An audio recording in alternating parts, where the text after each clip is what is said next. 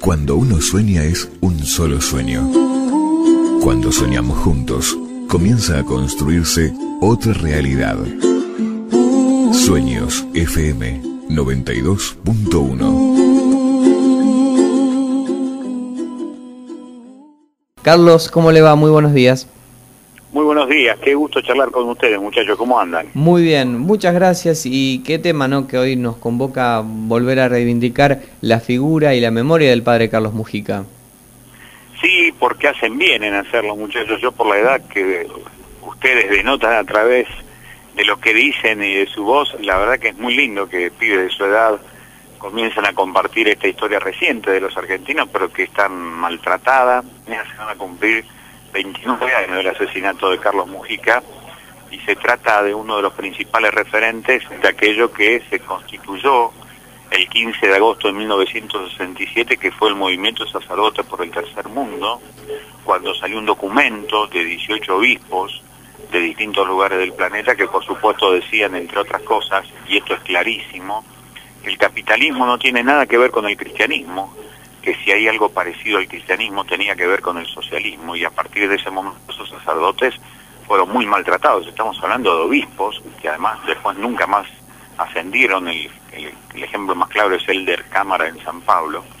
Y aquí en Argentina se produjo todo un movimiento similar, con hechos de rebeldía muy fuerte aquí en Rosario, con sacerdotes renunciantes a la prédica del arzobispo Volati en su momento, que era absolutamente conservador y absolutamente cómplice con las distintas dictaduras que enfrentamos en la década del 70, y allí surge, dentro de ese movimiento, especialmente con el retorno de Perón a la Argentina, después del 20 de junio del 73, surge una corriente que adhiere al peronismo, por lo que significaba para el pueblo especialmente de las villas, y allí aparecen figuras que venían de la clase media acomodada, como es el caso de Carlos Mujica, que hacen una opción verdaderamente de raíz a favor de los sectores populares y empiezan a hablar de la necesidad de decir que es fundamental darle mortalidad al hambre antes que hablar de la inmortalidad del alma. Y por eso lo terminan matando, un día como el de mañana de 1974, una de las patotas de la AAA que después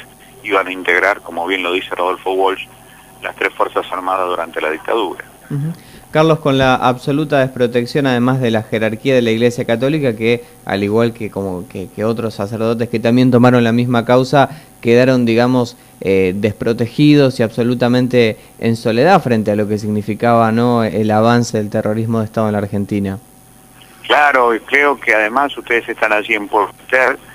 Yo no dejo nunca de recordar que allí en la zona, en Arroyo Seco, durante muchos años trató de gambetear la misiadura un sacerdote tercermundista que fue echado de la iglesia oficial de Rosario, Santiago Maguay, que fue además secuestrado y torturado en la dictadura militar del 76, que se negó a recibir la indemnización del Estado por el terrorismo de Estado. Esto es un hecho también muy fuerte, muy simbólico.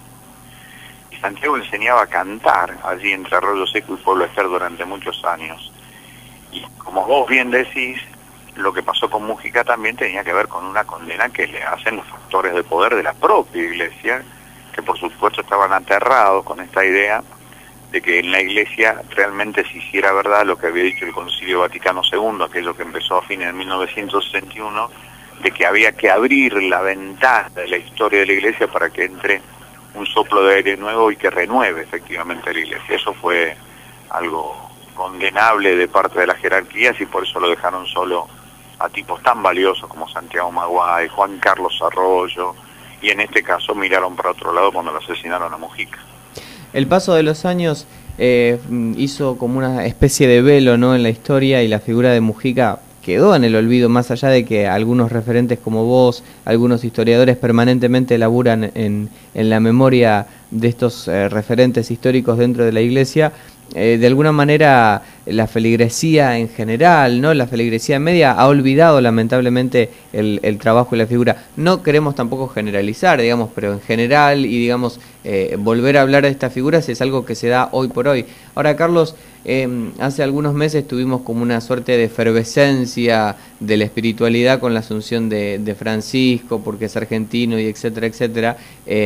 digamos que Francisco de alguna manera reavivó la fe, pero fue un hombre que durante sus años como jerarca de la Iglesia Católica aquí en Argentina tampoco contribuyó demasiado justamente a construir esta iglesia que proponían Carlos Mujica y tantos otros, como bien lo decía Helder Cámara o Camilo Torres o tantos otros de la América Latina grande.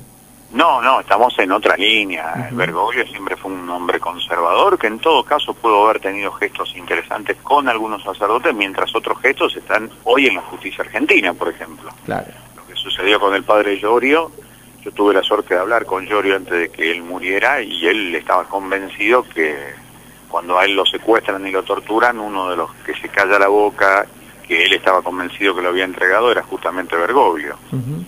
Por supuesto mucho antes del cardenal. Eso está en la justicia argentina. Por supuesto que con este nombramiento de ser uno de los hombres más poderosos hoy del planeta, por lo menos simbólicamente, nunca va a ser llamado por la justicia argentina.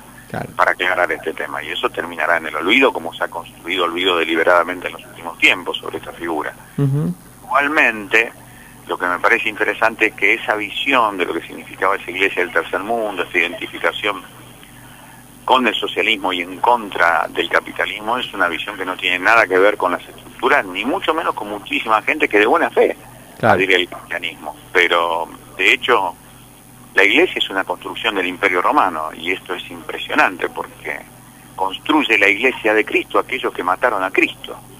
Es tan poderosa la imagen, es tan fuerte, es tan contradictoria, que por eso siempre viene bien escuchar a un cristiano de verdad cuando dice no voy más a la iglesia, pero sigo siendo cristiano. Eso está diciendo algo.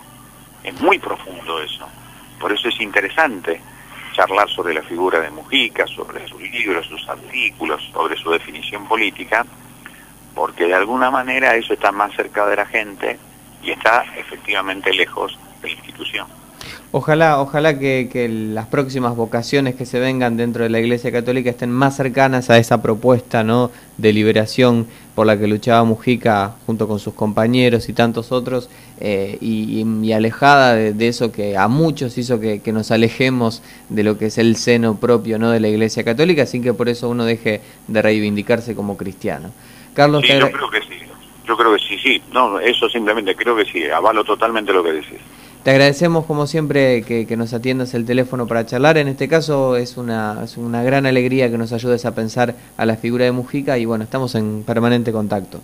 Un abrazo muy grande. Gracias a ustedes por acordarse de mi laburo. Un abrazo grande. Gracias a vos, Carlos.